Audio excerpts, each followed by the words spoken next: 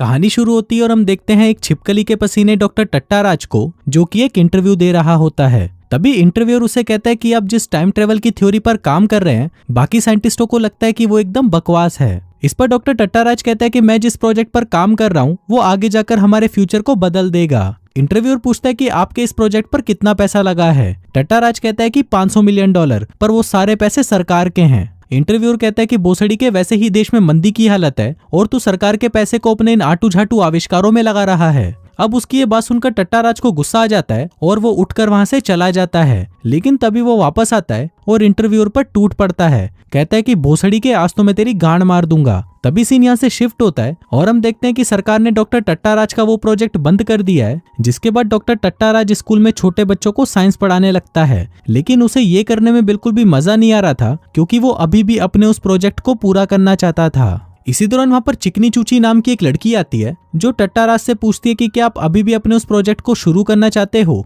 टट्टाराज कहता है कि मैंने उसको शुरू तो कर दिया था, पर अब मुझे वो नहीं बनाना। चिकनी चूची कहती है कि क्यों नहीं, आपको तो उसे पूरा करना ही चाहिए। टट्टाराज कहता है कि भेड़चोद उसी की वजह से सभी साइंटिस्ट मुझ पर हंसने लगे हैं और मेरी गांड पर लात मारकर मुझे यहाँ भेज दिया गया है, और अब वो सारी बेइज्जती मैं वापस नहीं सहना चाहता, इसलिए मैंने सब कुछ बंद कर दिया। चिकनी चूची कहती है कि अगर आपकी थ्योरी बकवास है तो ये कहाँ से आया। जिसके बाद वो उसे एक पत्थर दिखाती है और कहती है कि ये पत्थर 200 मिलियन साल पुराना है, जिस पर एक लाइटर का निशान है। अब उस पत्थर को देखकर डॉक्टर टट्टाराज को लगता है कि शायद उसकी टाइम ट्रेवल की थ्योरी सच हो सकती है। जिसके बाद वो पूरी रात जाकर अपनी उस मशीन को बना लेता है। फिर अगले दिन वो तीनों उसी रेगिस्तान में जाते हैं जहाँ पर चिकनी चूची को वो पत्थर मिला था।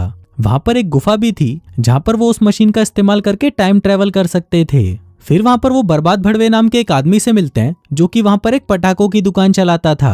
वो टट्टाराज से कहता है कि मैं आप लोगों को उस गुफा का टूर करा सकता हूँ, लेकिन इसके बदले में $50 लूंगा। अब टट्टाराज इसके लिए मान जाता है। जिसके बाद वो तीनों एक बोट में बैठकर उस गुफा के अंदर चले जाते हैं। लेकिन थोड़ा ही आगे जाने पर टट्टाराज की मशीन में से अजीब सी आवाजें आने लगती हैं। जिसके बाद अचानक गुफा में भूकंप आ जाता है और इसकी वजह से टट्टाराज की वो मशीन पानी में गिर जाती है। फिर उनकी बोट अचानक तेजी से आगे बढ़ने लगती है। जिसके बाद वो तीनों एक झरने के पास जाकर नीचे गिर जाते हैं। फिर थोड़ी देर बाद जब उनको होश आता है तो वो देखते हैं कि वो एक रेगिस्तान में पहुंच गए हैं, जहां पर सब कुछ बर्बाद हो चुका था। अब उस जगह को देखकर डॉक्टर टट्टाराज खुश हो जाता है और कहता है कि मैं सही था। इन भोसड़ी वाले साइंटिस्टों ने मुझे चूतिया समझा था, लेकिन मैंने उनको साबित करके दिखा ही दिया। फिर वो कहता है कि हम एक ऐसी जगह पर हैं जो कि 200 मिलियन साल पुरानी है और यहाँ पर प्रेजेंट, पास्ट और फ्यूचर तीनों साथ में चलते हैं। इसके बाद वो तीनों थोड़ा आगे बढ़ते हैं और वहां पर वो कुछ आदिमानवों को देखते हैं, जो कि आपस में लड़ रहे होते हैं। अब उनमें से 2 आदिमानव एक को पकड़कर मारने ही वाले होते हैं कि तभी वो तीनों चूती आकर उन्हें रोक देते हैं। अब ये देखकर बर्बाद भड़वा कहता है कि इन भेड़ के लोड़ों को मैं बताता हूँ। जिसके बाद वो उन आदिमानव के पास जाता है और एक लाइटर जलाकर कहता है कि देखो मेरे पास आग की शक्ति है। लेकिन तभी वो उस लाइटर को नीचे गिरा देता है। जिसके बाद एक आदिमानव आकर उस लाइटर को उठाकर भाग जाता है। अब उनमें से एक आदिमानव वहां पर छुपकर बैठा होता है, जिसके पास वो तीनों जाते हैं और उससे बात करने की कोशिश करते हैं। फिर चिकनी चूची उसे अपना नाम बताती है और कहती है कि मैं हूँ चिकनी चूची और तुम। आदिमानव कहता है कि मैं हूँ फुद्दीलाल। जिसके बाद वो उसकी चूचियां दबाने लगता है। फिर वहां टट्टाराज उसको कहता है कि मैं हूँ डॉक्टर टट्टाराज, लेकिन फुद्दीलाल को टट्टाराज पसंद नहीं आता, इसलिए वो उससे घबराकर भागने लगता है। अब वो तीनों भी उसके पीछे भागते हैं, लेकिन तभी वो एक बड़े से गड्ढे में गिरते हैं और जमीन के नीचे बनी हुई एक गुफा में पहुंच जाते हैं। अब टट्टाराज फिर से फुद्दीलाल से बात करने की कोशिश करता है, लेकिन फुद्दीलाल उससे डर जाता है और चिकनी चूची के पास जाकर उसकी चूचियां दबाने लगता है। फिर चिकनी चूची उसे समझाती है कि तुम्हें टट्टाराज से डरने की जरूरत नहीं है, ये तो तुम्हारे रक्षक हैं। अब ये बात सुनकर फुद्दीलाल खुश हो जाता है और टट्टाराज को जाकर चिपक जाता है। अब वो तीनों ये सोचने लगते हैं कि यहाँ से कैसे निकला जाए, लेकिन तभी वहां पर एक खूनी पेड़ का तना आता है और उन सभी को पकड़कर हवा में लटका देता है। अब वो चारों उससे खुद को छुड़ाने की कोशिश कर ही रहे होते हैं कि तभी वहां पर एक डायनासोर आ जाता है और उनको खाने की कोशिश करने लगता है। अब उनको लगता है कि शायद फुद्दीलाल उनको बचा लेगा, लेकिन फुद्दीलाल तो सबसे पहले अपनी गांड उठाता है और वहां से भाग जाता है। अब वो तीनों भी उसके पीछे पीछे भागते हैं और जाकर एक गुफा में छुप जाते हैं। अब उस गुफा में वो डायनासोर उनको पकड़ नहीं पाता, इसलिए वो गुस्से में उन पर थूक देता है और वहां से चला जाता है। फिर वो तीनों उस गुफा में आगे बढ़ते हैं, जहाँ पर उन्हें एक म्यूजिक प्लेयर मिलता है जिसमें टोनी कक्कड़ के गाने चल रहे थे और उन गानों को सुनते हुए वहां पर 2 लोगों की मौत हो गई थी। अब फुद्दीलाल उन गानों को सुनकर बहुत खुश होता है और नाचने लगता है। फिर कुछ देर बाद वहाँ पर रात हो जाती है और डॉक्टर टट्टाराज कहता है कि ये फुद्दीलाल आज रात हमारे साथ नहीं सोएगा, क्योंकि इस भोसड़ी वाले का कोई भरोसा नहीं, ये कभी भी चिकनी चूची को बजा सकता है। लेकिन तभी बर्बाद भड़वा कहता है कि नहीं यार, जरा इसकी तरफ तो देख, ये कितना मासूम है, मुझे नहीं लगता कि ये किसी के साथ कुछ गलत करेगा।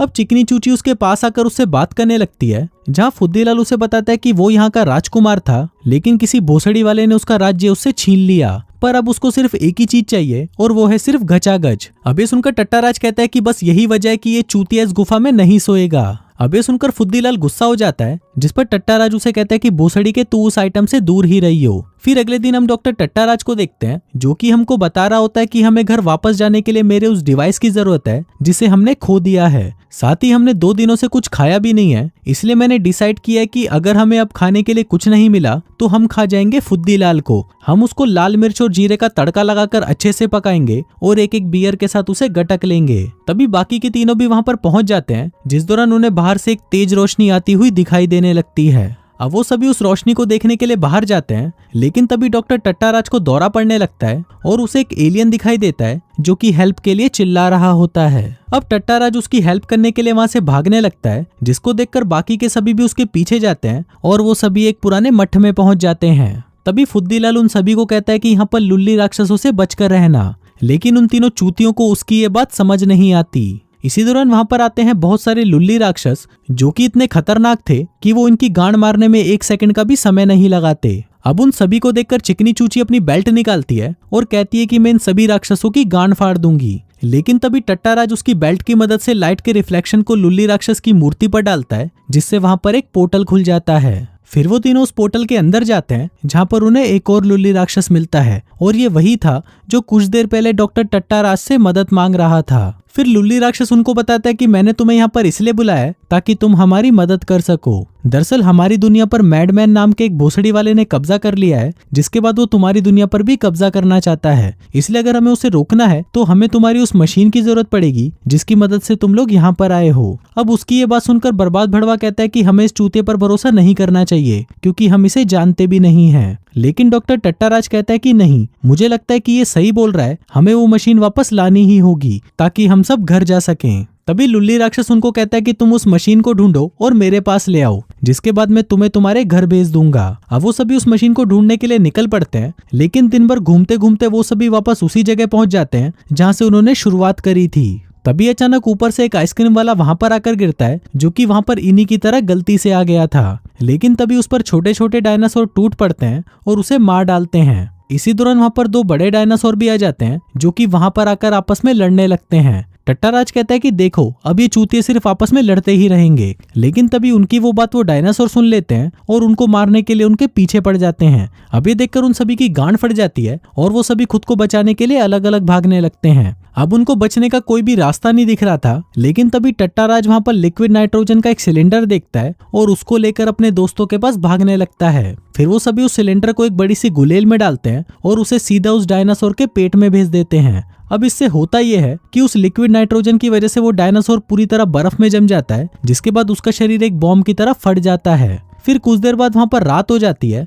जहां पर हम फुद्दीलाल को देखते हैं, जो कि वहां पर अकेला और उदास बैठा होता है। तभी वहां पर बर्बाद भड़वा आता है और उससे पूछता है कि क्या हुआ। फुद्दीलाल कहता है कि मैं अपने समूह को बहुत ज्यादा मिस कर रहा हूँ, साथ ही मुझे अपनी औरतें याद आ रही हैं जिनको हर रात में बजाया करता था। फिर वो बताता है कि राजकुमार होने के नाते 7000 औरतें मेरी सेवा करती थीं और मुझे दिन रात मजे देती थीं। अब ये सुनकर बर्बाद भड़वा हैरान हो जाता है और कहता है कि भैंचोद जिंदगी हो तो तेरे जैसी हो। इसी दौरान वहां पर टट्टाराज एक सितार लेकर आता है और उन सभी को अपना बेसुरा सा गाना सुनाने लगता है। लेकिन इसी दौरान वहां पर एक बड़ा सा मच्छर आता है और उसे काट लेता है। अब उस मच्छर के काटने की वजह से टट्टाराज का खून सूख जाता है और वो वहीं पर बेहोश हो जाता है। फिर अगली सुबह वो सभी उठकर रेडी होते हैं और फिर वो टट्टाराज की उस मशीन को ढूंढने के लिए निकल पड़ते हैं। अब वो सभी घूमते घूमते एक ज्वालामुखी के ऊपर चढ़ जाते हैं, जहाँ पर उन्हें वो मशीन मिल जाती है, लेकिन वो मशीन डायनासोर के बहुत सारे अंडों के बीच में घिरी हुई थी। अब टट्टाराज हिम्मत करके अपनी उस मशीन को लेने के लिए वहां पर चला जाता है, लेकिन तभी वो सभी अंडे फूट जाते हैं और उनमें से सभी डायनासोर्स बाहर आ जाते हैं। लेकिन तभी वो सभी मिलकर उन डायनासोर्स को एक सुरीला सा गाना सुनाते हैं, जिनको सुनकर वो बच्चे सो जाते हैं और उन्हें कुछ नहीं करते। अब उस मशीन को मिलने की खुशी में सभी सेलिब्रेट करते हैं और स्विमिंग पूल में डुबकी लगाते हैं। इसी दौरान फुद्दीलाल उनको एक ऐसा नारियल लाकर देता है जिसको पीने से तगड़ा वाला नशा हो जाता है। फिर वो तीनों मिलकर कुछ ज्यादा ही नारियल पानी पी लेते हैं जिससे वो वहीं पर ही टल्ली हो जाते हैं। फिर थोड़ी देर बाद जब उनकी आंख खुलती है तो वो वहां पर एक बड़े से केकड़े को देखते हैं जो कि वहां पर उनको मारने आ रहा था। लेकिन तभी वो लोग उस केकड़े को निपटा देते हैं और उसे पकाकर खाने लगते हैं। वहीं दूसरी तरफ हम चिकनी चूची को देखते हैं जो कि टट्टाराज की वो मशीन लेकर एक गुफा में जाती है। इसी दौरान वो वहां पर मैडमैन को देखती है जिसने लुल्ली राक्षसों की जमीन पर कब्जा कर लिया था। लेकिन तभी वहां वो देखती है कि मैडमैन नाम का कोई राक्षस है ही नहीं, वो तो सिर्फ उसका एक होलोग्राम है। उधर हम टट्टाराज और बाकी के दोनों चूतियों को देखते हैं जो कि मस्त खा पीकर सो रहे होते हैं। फिर कुछ देर बाद जब उनकी नींद खुलती है तो वो देखते हैं कि वो सारे लुल्ली राक्षस चिकनी चूची को अपने साथ ले गए हैं। अब वो तीनों चिकनी चूची को ढूंढते हुए पहले तो उसी गुफा में चले जाते हैं जहां पर वो दो लुल्ली राक्षसों को देखते हैं जो कि आपस में घचाघच करने का प्लान कर रहे होते हैं। जिसके बाद वो दोनों अपनी खाल उतारते हैं और अपना कार्यक्रम करना शुरू कर देते हैं। उधर टट्टाराज और बर्बाद भड़वा उन दोनों की खाल लेकर वहां से भाग जाते हैं और फिर उसको पहनकर उन्हीं के कबीले में आ जाते हैं जहां पर लुल्ली राक्षसों ने चिकनी चूची को बांध कर रखा हुआ था। अब वो सभी चिकनी चूची को मारने ही वाले थे कि तभी टट्टाराज चिकनी चूची के पास जाता है और उसे बचाकर उस पिंजरे से बाहर निकाल लेता है। अब उसकी इस बहादुरी से चिकनी चूची इंप्रेस हो जाती है और उसे वहीं पकड़कर चूसना शुरू कर देती है। इसी दौरान वहां पर लुल्ली राक्षस भी आ जाता है और उनको कहता है कि ये सब मेरा ही प्लान था,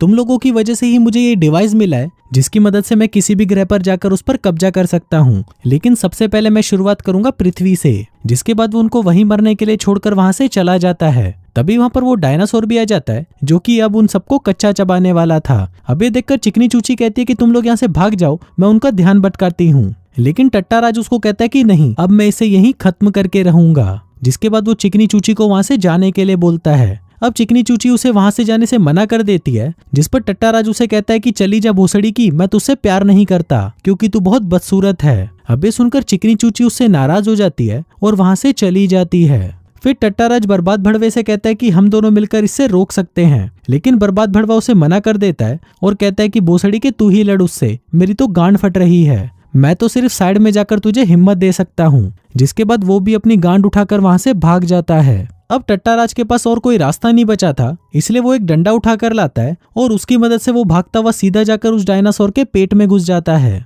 अब ये देखकर चिकनी चूची कहती है कि भेड़चोद ये तो मर गया। जिसके बाद वो उस डायनासोर के सामने आती है और उसे गालियां देने लगती है। लेकिन तभी वो डायनासोर उन्हें इग्नोर कर देता है और वहां से चला जाता है। इसी दौरान वहां पर लुल्ली राक्षसों की सेना आ जाती है जो कि वहां पर उनको खत्म करने आई थी। फिर वो तीनों मिलकर उनसे लड़ने की कोशिश करते हैं, पर वो सभी बहुत ज्यादा थे इसलिए वो उन्हें हरा नहीं पाते। लेकिन तभी वहां पर टट्टाराज उस डायनासोर को लेकर आता है और लुल्ली राक्षसों की सेना पर हमला कर देता है। अब ये देखकर वो उससे पूछते हैं कि भोसड़ी के तू बचा कैसे। इस पर टट्टाराज उनको बताता है कि मैं इसके पिछवाड़े से बाहर निकल गया, जिसके बाद ये डायनासोर मुझे पसंद करने लगी। अब वो सभी मिलकर लुल्ली राक्षसों की फौज को मार देते हैं। जिसके बाद वो सभी मेन लुल्ली राक्षस के पास जाते हैं और उसे कहते हैं कि भोसड़ी के अब तू भी मरने वाला है। लुल्ली राक्षस कहता है कि तुम्हें लगता है कि तुम मुझे हरा सकते हो, मैं तुम सभी को खत्म कर दूंगा। तभी टट्टाराज उससे लड़ने उसके पास जाता है। जिसके बाद वो दोनों वहां पर कबड्डी खेलने लगते हैं। अब टट्टाराज लुल्ली राक्षस को कुत्ते की तरह पेलता है, जिस दौरान वहां पर एक पोर्टल खुल जाता है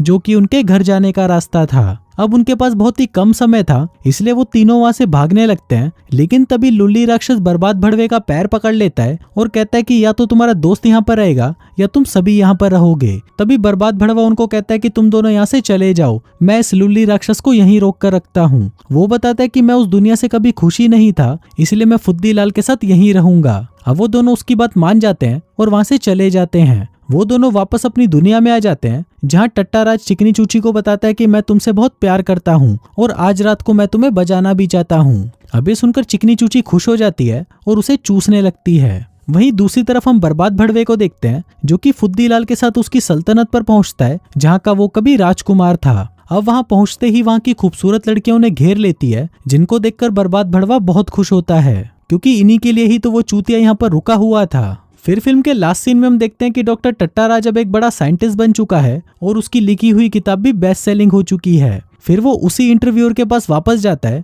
और उसे गालियां देने लगता है। अब उसकी इन बातों से वो इंटरव्यूअर गुस्सा हो जाता है और उसे मारने लग जाता है। और कुछ इसी तरह से ये वाहियात फिल्म यहीं खत्म हो जाती है।